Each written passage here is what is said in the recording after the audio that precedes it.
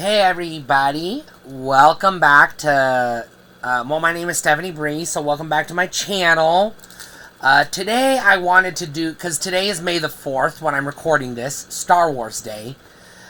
So I wanted to kind of explain from my personal experience, my perspective, why I get so vitriolic in defending my very unpopular opinions, which I freely admit, even though I express them as, facts.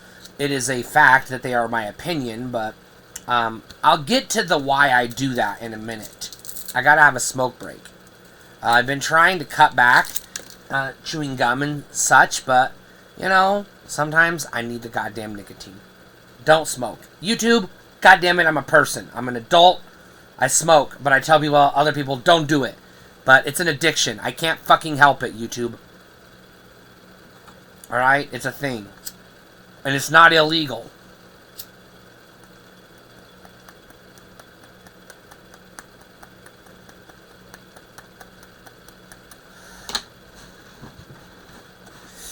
So I'm going to wind the clock back to early childhood. I'm going to skip over a lot of the trauma and the bullying and the specific bullshit that, my therapist has been working on, but y'all don't need to worry about or be bothered by. But I want to talk a little bit about two things that kind of shaped my perspective on pop culture and television. All of it. The first thing that happened is partially because we moved around a lot, and partially because I was I was very socially awkward, let's just put it that way. I did not have friends. I did not actively participate in group activities during recess or gym or PE or playtime or whatever. When the other kids were playing tag or football or whatever they played, I was sitting on the steps playing with my toys. My little red duffel bag of Transformers and Ninja Turtles and whatever I could take to school that day. My toys were my friends. And because of that, and because of my physical deficiency in my at the time underdeveloped fine motor skills and hand-eye coordination, that I was undergoing physical therapy at the time, in early childhood, kindergarten through most of elementary. I think we stopped doing the physical therapy by 3rd grade or 4th grade.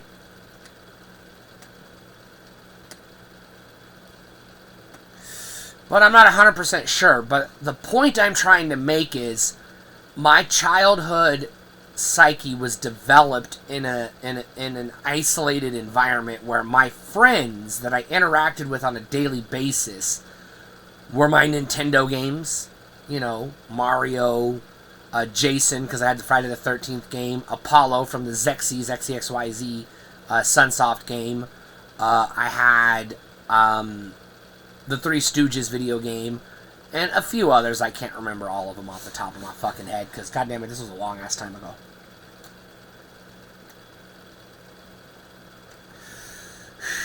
Anyways, and then my toys. Optimus Prime, which I had a Generation 2 Optimus Prime, so it was a complete originally. I got it brand new in box when it was still new. That Christmas it came out. I was lucky my mom made a deal with me. I would learn a specific skill, and if I achieved that skill, she would buy the toy I wanted for Christmas. I learned the skill she wanted, I got the toy I wanted. The rest of my Transformers, Power Master Optimus Prime, Goldbug, Skullgrin, Ultra Pretender Skyhammer, and then a few bits and pieces of broken Transformers, like the body of Dirge, nothing else, no accessories. The tank, just the tank portion of Blitzwing, and then random bits and pieces of Transformers toys. Those were my friends. So and then I had some random G.I. Joes, I don't remember which ones.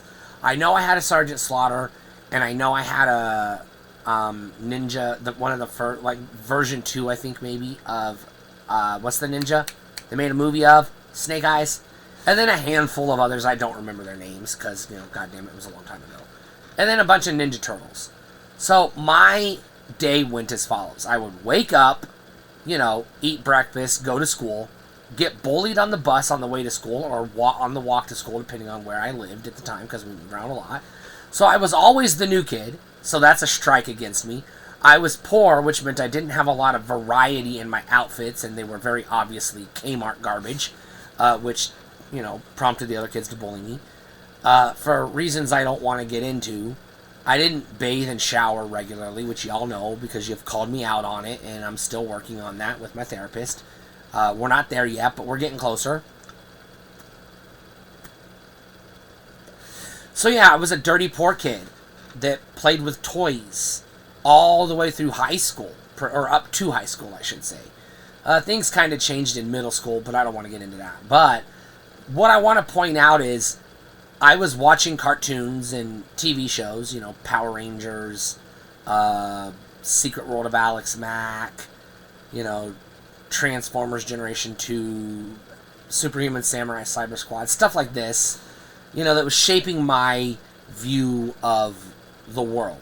I wanted to connect with the sci-fi robots and ninjas and space pirates that were representative of the toys I played with, and I wanted those representations in the cartoons, the TV shows I watched, superheroes, space wizards, fantasy type stuff, the hero, the demi-human hero, the demigod, Hercules type archetype, Superman, Batman, etc., X-Men. Starting in as early as first grade, or at least age 7, I very clearly remember identifying as female internally, but I was not able to express that, verbally, because of my family. And I grew up in Kansas in the 80s and 90s when it was not socially acceptable to be a trans person. And I didn't have words for it, and I didn't know there were other people like me, and I was very confused and conflicted, and, I didn't know who I was or nothing. So I didn't know how to socialize. If I did occasionally get introduced to another kid who had similar interests, we would have initial friendly conversations about Transformers and RoboCop or whatever, and then I would invite them to my house for a sleepover. They would come over, we would play with toys, we'd play board games, video games, etc., and have a good time. And then, sometime would go by and I would be invited to their house, and then I would want to play with their toys and their video games. This developed into a pattern where the parents of the kids I was playing with were complaining to my parents that I was just going to my friend's house to play with their toys, not my friend. Because I was. I had a friend who had GoBots. I had Transformers. I had a couple of GoBots, but I didn't have enough, and I still liked GoBots. I thought they were cool. He had all the Voltron and GoBots and Mask and all those toys. I had a bunch of broken Transformers, so I wanted to be his friend because I wanted to play with his GoBots and his Voltrons, because I didn't have those toys. I had an NES, but I had to share it with my sisters, and we had like 3, maybe 4 games for the longest time. And occasionally we would get to rent a game for the weekend. Occasionally, not even very often. We didn't even have a VCR at that time. We had to rent VCRs whenever we wanted to rent a movie. We were that poor. We couldn't afford a VCR. And so eventually we would get one when the price came down, and etc. But, it took a while, a long-ass while.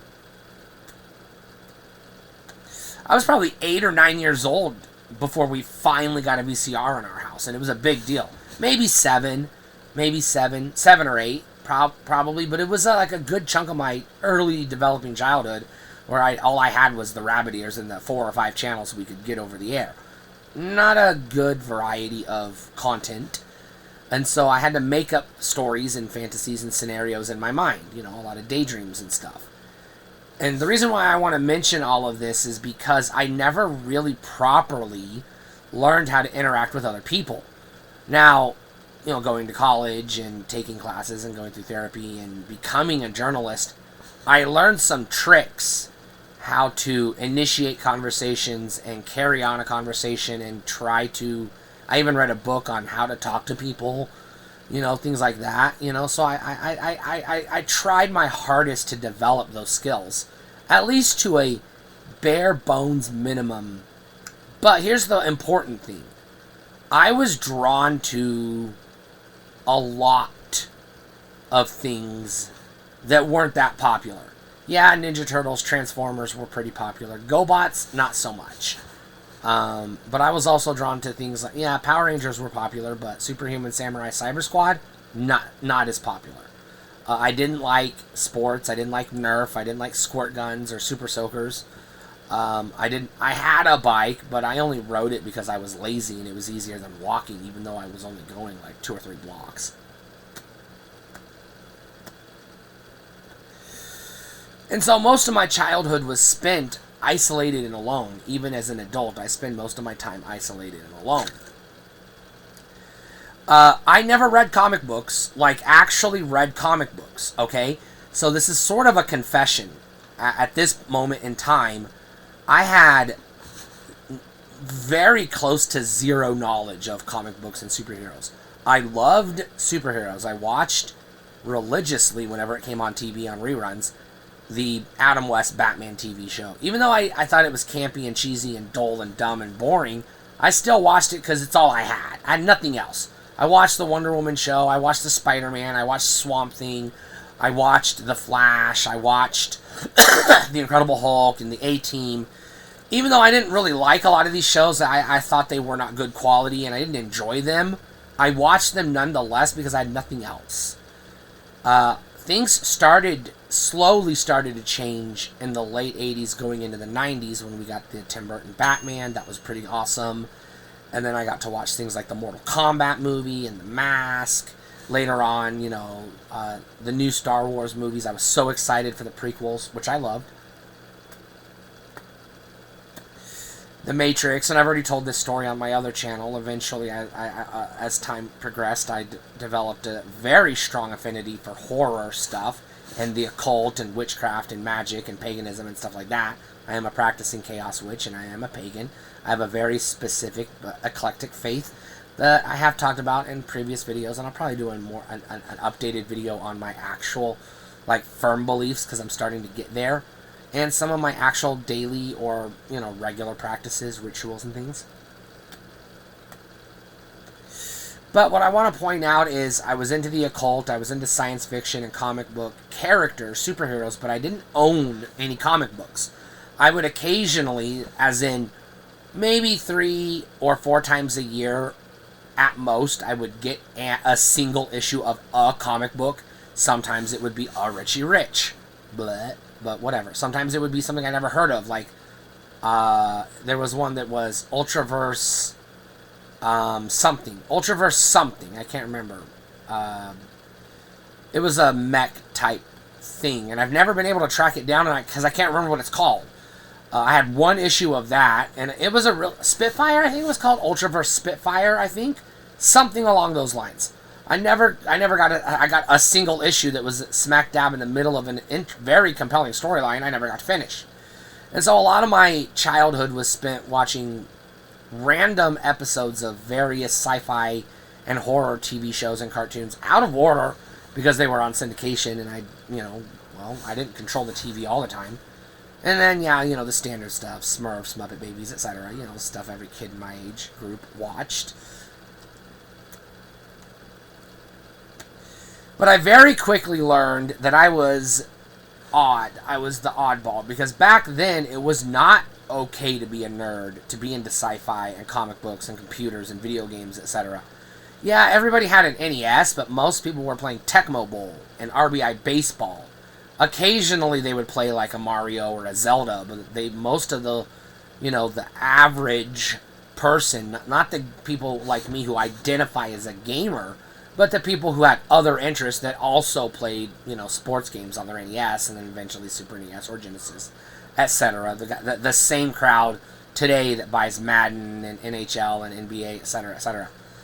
Because that is a very popular group among the video game consumer. But it took me no time at all to realize that when I would go to school, I did not only did I not know how to talk to the other kids introduce myself or initiate conversations, if I ever got called on or somebody initiated the conversation with me, I would very quickly learn that I had opinions that did not align with my friends because my experiences did not match up with anybody else. I've never met anybody else that had the same experience as I did, moving around a lot, being the new kid all the time, being poor, smelling like shit, playing with broken Transformers, watching cartoons, movies, and TV shows everybody else hated. Super Cop, I liked it, even though it was a stupid movie. It was like, again, it was all I could get. Not a good movie, but I watched it. Ninja Turtles was okay. Not a big fan of the Ninja Turtles, to be honest. I did a video on it. I liked them to an extent. I liked the toys. I liked the sci-fi elements. But I didn't enjoy... I had issues with that first movie because, one, there was no Technodrome. There was no Rocksteady, Bebop, or Krang. And the soldiers were not robots. They were humans in costumes. I hated that. Like, as a kid, that made my blood boil. I was so angry that they weren't robots. My favorite part of Star Wars is the spaceships and the robots. Yeah, the lightsabers are cool. The Force is kind of neat. And I eventually got fascinated, obsessed even, with the political intrigue. Which is why I love the prequels, because they dive into the political intrigue. And as somebody who regularly watched C-SPAN, when everybody else didn't even know C-SPAN existed once I finally got access to cable, I was an outsider, an outcast. I was very heavy into politics and civics and things like that when the other kids were into football.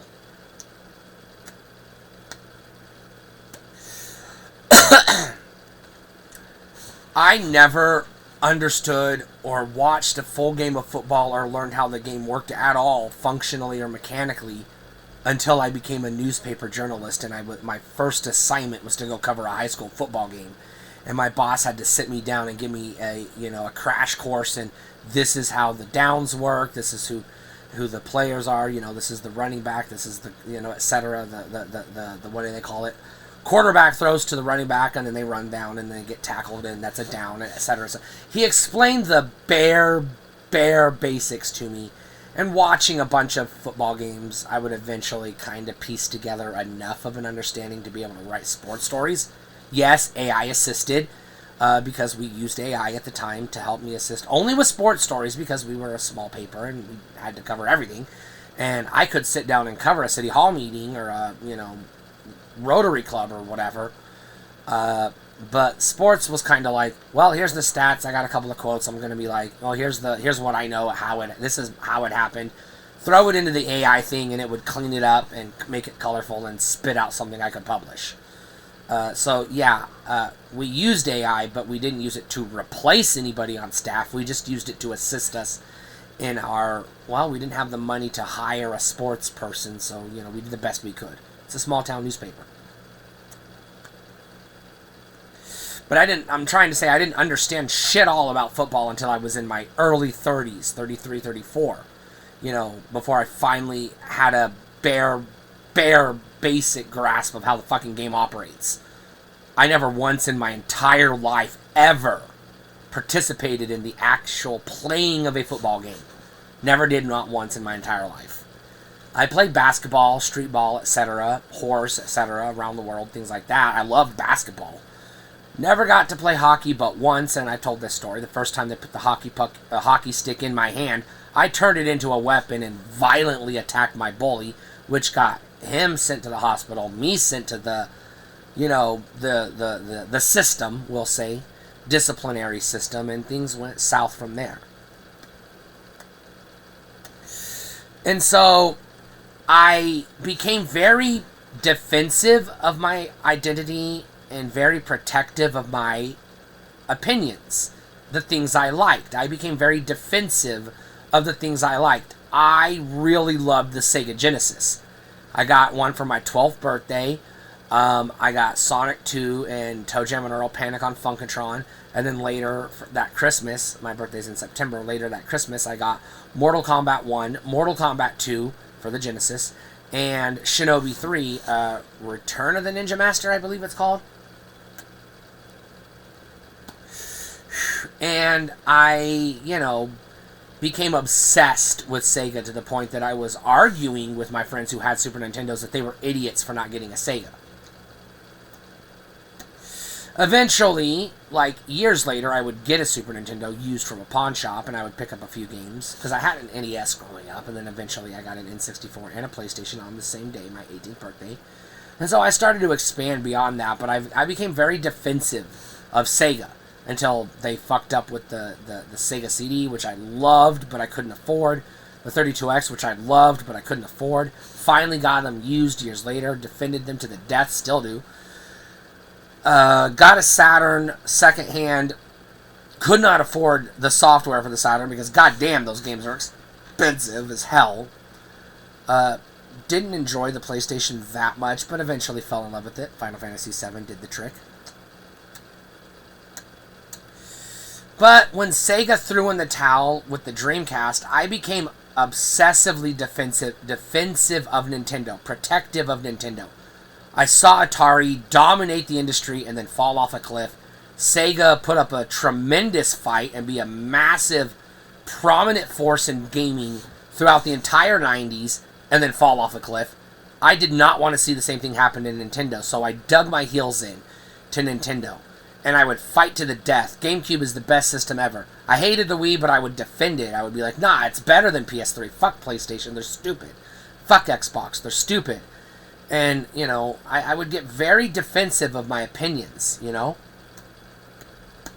My favorite Star Wars, ever since I saw it to this day, my favorite Star Wars movie is Episode 1, The Phantom Menace. And I will argue, as somebody who actually went to college and studied the structure of story and science fiction and storytelling and character development and the making of movies and production values, I will argue very convincingly that the Episode 1, Star Wars, The Phantom Menace, is a very well made, very well produced, very high quality film with some objectionable to some people comic relief.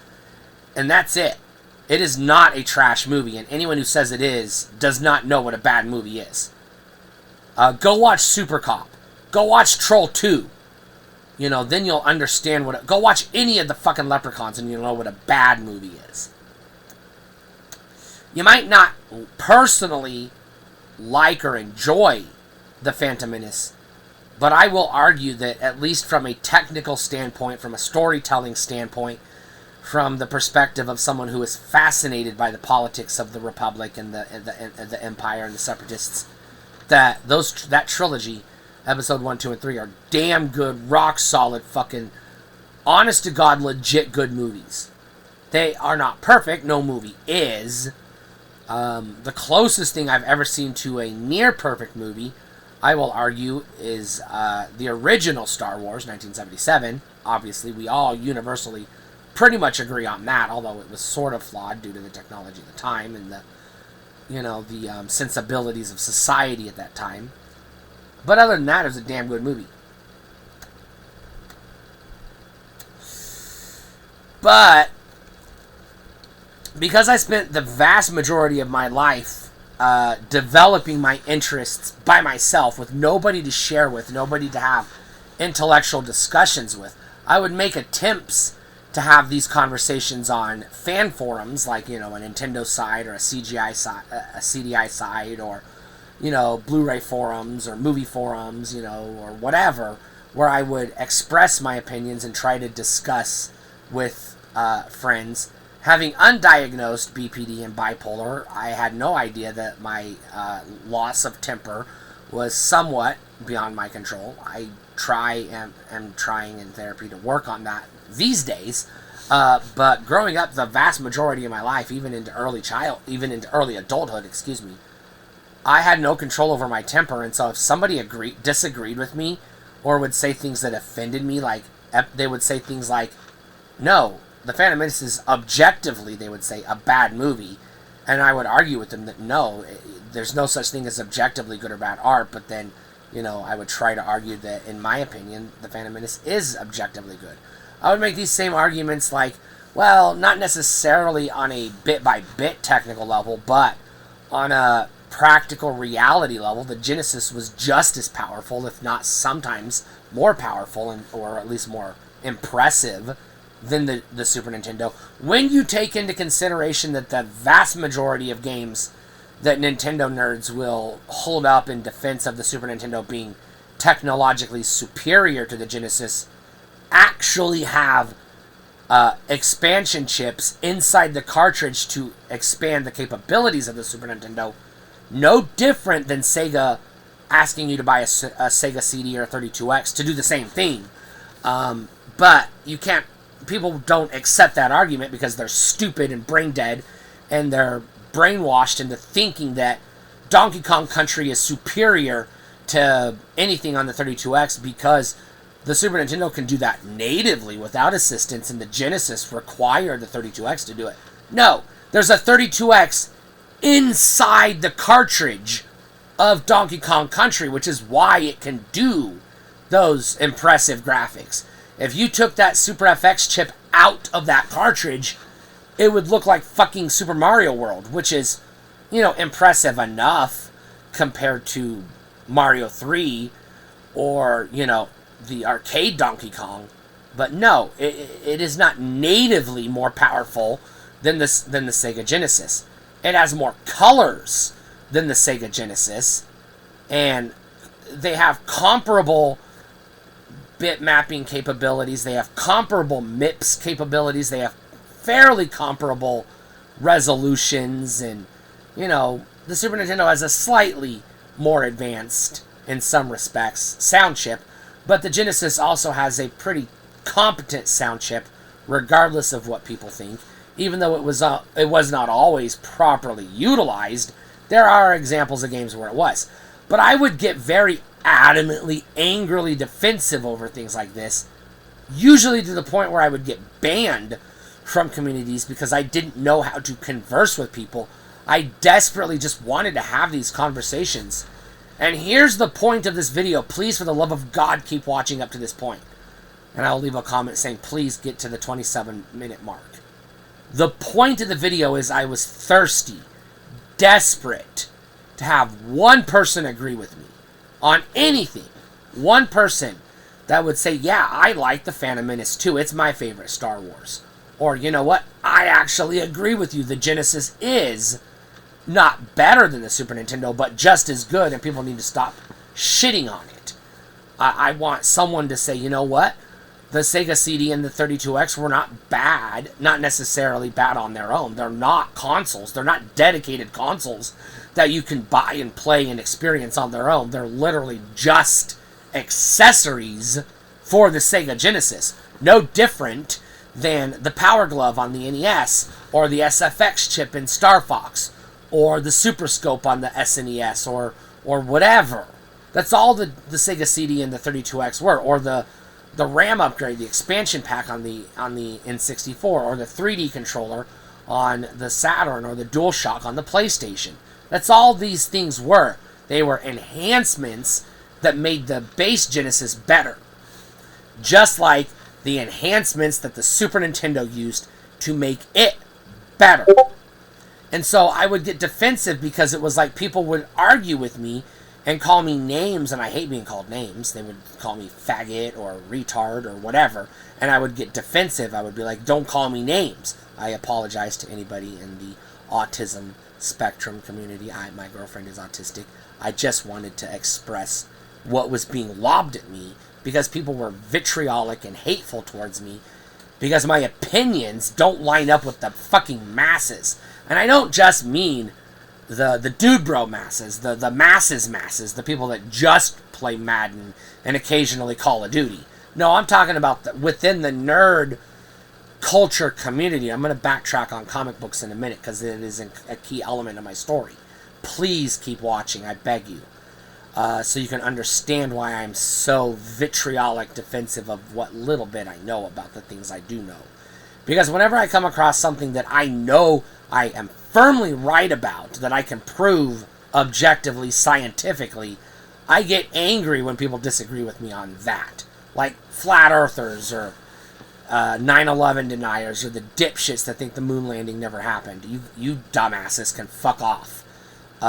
There is ample evidence that suggests you're stupid if you believe those conspiracy theories. I have no respect for those idiots, and I will call them idiots and dipshits and cockroaches because they're fucking brain dead, and they believe something that is objectively provable to be false, and yet they vitriolically and adamantly, religiously cling to it, which a lot of it is booted in a false interpretation of the Bible, which I'm not going to get into because there's a lot of fucknuts that read the Bible that don't understand it. There are Bible scholars with PhDs in Bible study and the languages, Greek and Hebrew and Latin, people that have absolute, firm, hard, rock-solid understanding of the Bible that still don't agree on how to interpret it. So if your dumbass high school dropout preacher says he knows the Bible better than them, he's a fucking liar and a wolf in sheep's clothing, and that's not goddamn debatable. That's a fucking verifiable, undeniable fact. So you are not allowed to interpret the Bible just because you read it, because you do not have a firm grasp on the mistranslations or the history or the language it was written in and the context and the cultural context of which it was written. If you do not take that into consideration, you do not know the Bible. You cannot just pick a verse out of the Bible and say, this is what the Bible says. That is bullshit, and anyone that does that is a deceiver or an idiot. And so I am constantly fighting against dumbasses that are too stupid to accept reality because they have lying asshole preachers that lie to them and feed them bullshit. And because it feels good and it's what they want to hear, they'll defend it to the death and ignore all other evidence, regardless of how stupid and uneducated their goddamn useless preacher is, who maybe went to seminary and got a brief understanding of how to interpret or how to say in the original Greek. Yeah, no, you got to know more than just the Greek, by the way.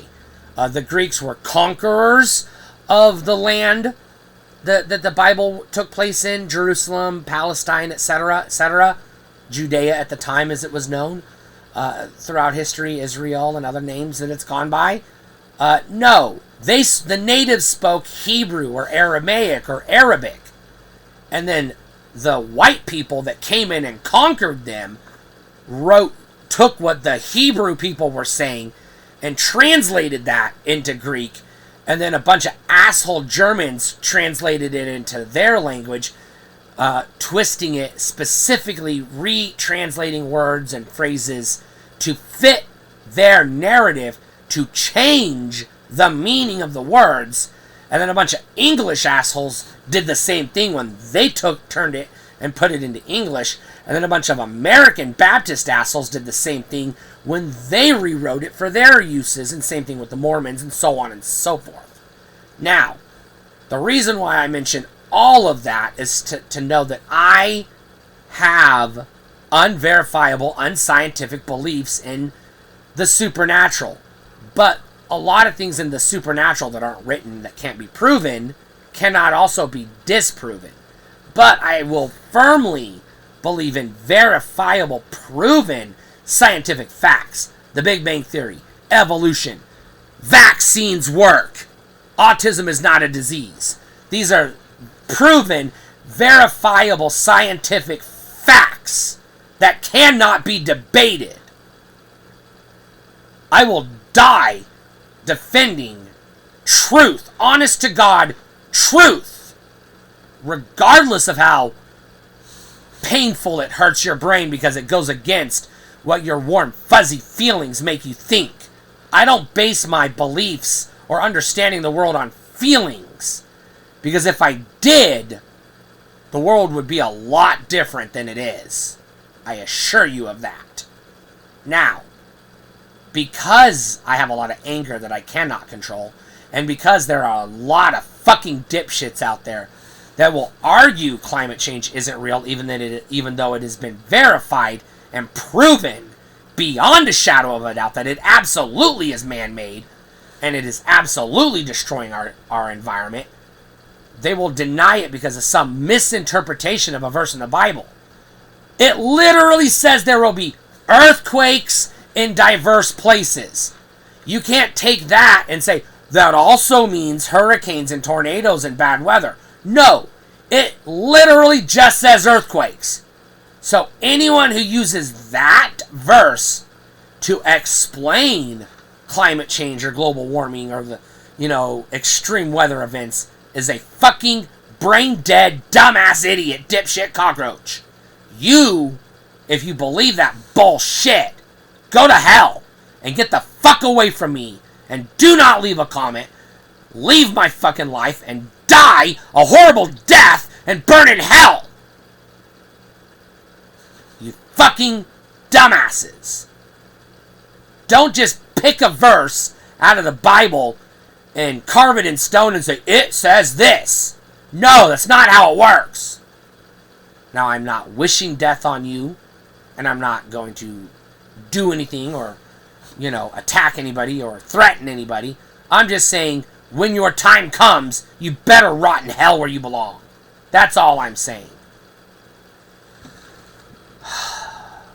Now, let's go back to comic books briefly. I did not read a lot of comic books as a kid. I watched cartoons. X-Men, the animated series from Fox. Spider-Man. A few others, I'm not going to name them all, but I watched the cartoons. And I collected trading cards that had very brief synopses on the back of this character was born on this day and has this power, and this is his favorite quote, etc., etc. And, a single photograph on the front, well, a depiction, not a photograph, but a depiction of artwork, a painting or whatever, of the character doing something heroic or villainous or whatever. And so I had a very rudimentary, I would argue, kindergarten level, to use an analogy, understanding of comic books. Later, I would get into collecting comic books, but I would further my understanding of comic books when the internet came on the scene, and I could, I could watch the live-action movies, X-Men, Spider-Man, Fantastic Four, etc., and then read up on things on Wikipedia and comic book resources and YouTube videos, NerdSync and stuff like that, and have a more thorough, deeper understanding of the history and the characters. And then as I would collect comics, I would read more. But the reason why I bring that up is because I was the nerd, quote, the comic book nerd, anytime a new superhero movie came out, me and my non-nerd friends would go watch it because it was the cool thing to do. It was the hip summer blockbuster. They weren't interested or fascinated by the characters.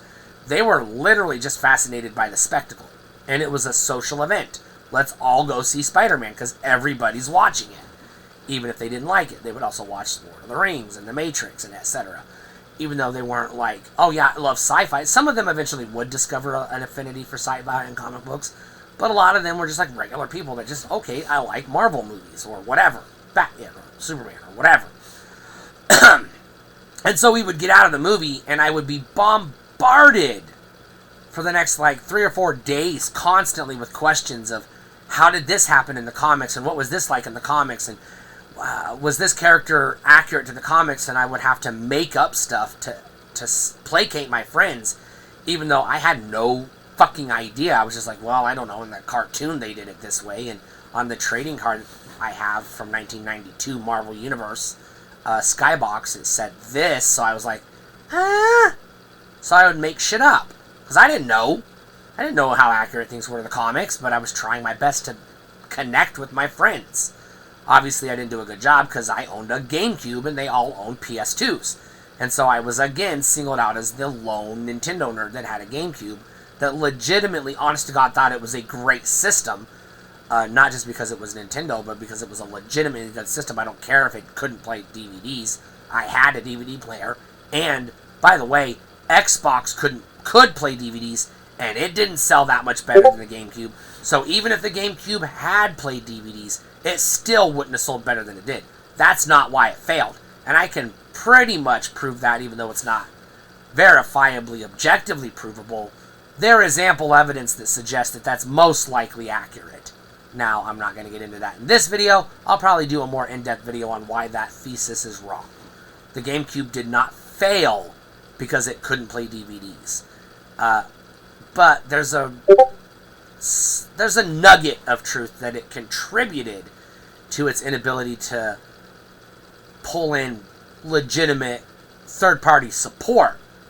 But Nintendo gamers don't buy Nintendo consoles for third-party games. They've always and only ever have and will buy them for first-party games.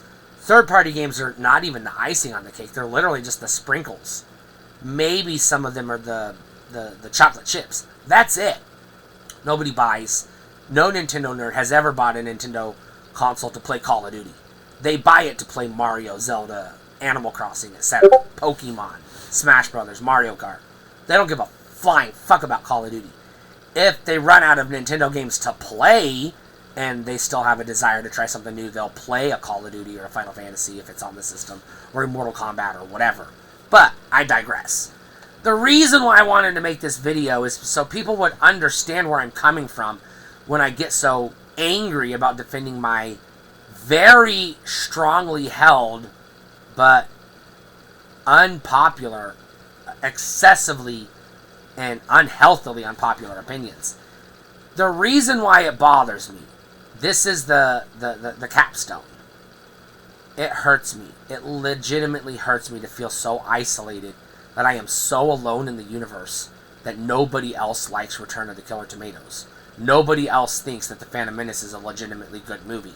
Nobody else likes the 2005 Fantastic Four movie, even though they all loved it when it was new. They hate it now, and I don't understand what happened. Even though I vehemently hate Iron Man.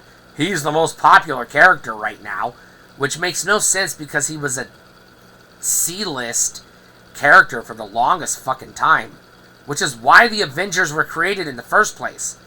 Marvel did not conceive the Avengers for any kind of narrative purposes. Hulk was not selling as good as X-Men or Spider-Man. Iron Man was not selling as well as Spider-Man. Nothing was. It was X-Men, and then they fell off, and then Spider-Man, and that was it. Spider-Man had like 6 books a month, and no one was buying Hulk, so they combined his book with Iron Man, so you would buy one issue. Half of it would be a Hulk issue. The other half would be an Iron Man issue. And then Thor wasn't selling well. And so they had a whole bunch of comics that weren't selling well, so they just combined them all into one book so that they could get the few fans of Iron Man would buy it, the fans of Hulk would buy it, the fans of Thor would buy it, etc., etc., to make it a moderate success. The Avengers was not a runaway success at all until the MCU. The reason why Marvel, aka Disney, pushed the Avengers so goddamn hard was they were pushing back against Sony and their Spider-Verse, Spider-Man, Kraven the Hunter, Venom, etc., and Fox with their X-Men and X-Men related properties like Deadpool and Wolverine, and the New Mutants, and the Fantastic Four. Marvel, under Disney's leadership, was like, we can't use those characters in our movies, which is what's driving sales right now and making us cajillions of dollars. So they went out of their way to downplay the X-Men and Fantastic Four, and even sabotage them in some ways until they were able to acquire them back by buying 20th Century Fox. And now they have a good, strong relationship with Sony. They can play nice. Yeah, they're starting to give X-Men a push again. But, X-Men paid the goddamn bills throughout the entire 80s and 90s. X-Men and Spider-Man is what saved Marvel from bankruptcy. In the late 80s and throughout the 90s, there were like 8 X-related books a month. X-Men, Uncanny X-Men, Cable, Deadpool, Wolverine, New Mutants, which later became Generation X, I believe. There was X-Force and X-Factor. There might have been others. I can't remember them all. Every month! And you were bombarded with Spider-Man. You had Spider-Man, Web of Spider-Man, Amazing Spider-Man, Spectacular Spider-Man. Every goddamn month. That was paying the bills. Avengers, Thor, maybe, I don't know, Eternals or Guardians of the Galaxy or whatever the fuck they had. That was just like D-list shit that somebody in the company was working on because it was busy work, and the company was throwing it out there because they needed to meet quotas. That's it. That's all it was. Marvel was not like, hey, we're going to make a shit ton of money off of Guardians of the Galaxy. Until the movie came out, no one on the goddamn face of the earth knew what the fucking Guardians of the Galaxy or a Star-Lord or an I Am Groot tree was. Nobody did. And so I live alone in this world where I visualize and see things that I know are reality that everybody else doesn't see because they're blinded by their fake religions or their fake philosophies or their sheep, and they just believe everything the corporate masters tell them. They believe the Nintendo PR and the Sega bullshit and the Sony bullshit. And then they get, defensive about things that have actually been disproven. You cannot prove that the Atari Jaguar failed because it had a Motorola 68000 coprocessor on its motherboard, and third-party companies were lazy and just used that to make games, 16-bit games, on the allegedly 64-bit system. No! It is well documented that the system was incredibly, insanely difficult to develop for, and to properly get it to do the things it was truly capable of. Because Atari themselves hastily cobbled it together as a replacement for a system that would have probably been more competitive and, priced right. Could have been a moderate success. The Jaguar was doomed from the start, but it was not doomed because it had a 16-bit chip on its motherboard. That's a stupid theory that has been debunked, but there are dumbasses that read that on a discussion forum on GoNintendo.com 30 years ago, and they still fucking believe it because they're idiots. I'm done. That's all I gotta say. I hate feeling like I'm the only person on the fucking face of the earth that believes the way I do, or thinks the way I do, or likes the things I like. And it's incredibly frustrating. It is psychologically and mentally draining to have to constantly, all the time, defend the things I like. Because of that, yes, I do fight back and attack, especially the popular things I don't like Iron Man and Star Trek and Doctor Who. Because those assholes that like that shit constantly mocked me and made fun of me and called me names and shat on me and made me feel inferior as a human being because I didn't like those things or I liked things they didn't like. That's all. Have a good day. May the 4th be with you.